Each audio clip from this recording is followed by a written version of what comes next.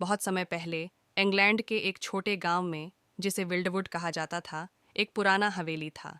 इस हवेली के बारे में कहानियां सुनी जाती थीं कि वहां भूतों का बसेरा है, लेकिन यह सब अफवाहों की बातें थीं। हवेली के एक कमरे में एक पुराना और भयानक आईना था। लोग कहते थे कि जो भी इस आईने को देखता है उसके सामने उसका असली रूप आ जाता है। लेकिन यह आईना विशेष इसलिए भी था क्योंकि उसका नाम था ब्लडी मेरी। ये कहानी आज भी लोगों के बीच डरावनी कहानियों में गिनी जाती है। एक रात विल्डवुड हवेली में एक समूचा दल दोस्त एक पार्टी के लिए इकट्ठा हुआ। वे सभी मौज मस्ती कर रहे थे और कहानियों का मजा ले रहे थे। एक उम्र के साथ ब्लूडी मेरी की कहानी आ गई।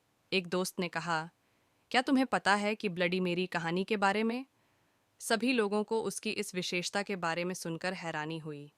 एक उत्सुक युवक ने निर्णय लिया कि वह ब्लडी मेरी का आगाज करेगा। उसने आईने के सामने खड़े होकर 3 बार ब्लडी मेरी नाम लिया, लेकिन कुछ हुआ नहीं। लोग हंसने लगे कि यह सब बस एक बेवकूफ का खेल है। तभी अचानक उसकी आंखों के सामने ब्लडी मेरी का आभास हो गया। उसका चेहरा डरावना था और उसकी हालत भी बिल्कुल अच्छी नहीं थी। उसके साथ साथ वह एक अद्भुत और भयानक वातावरण महसूस करने लगा।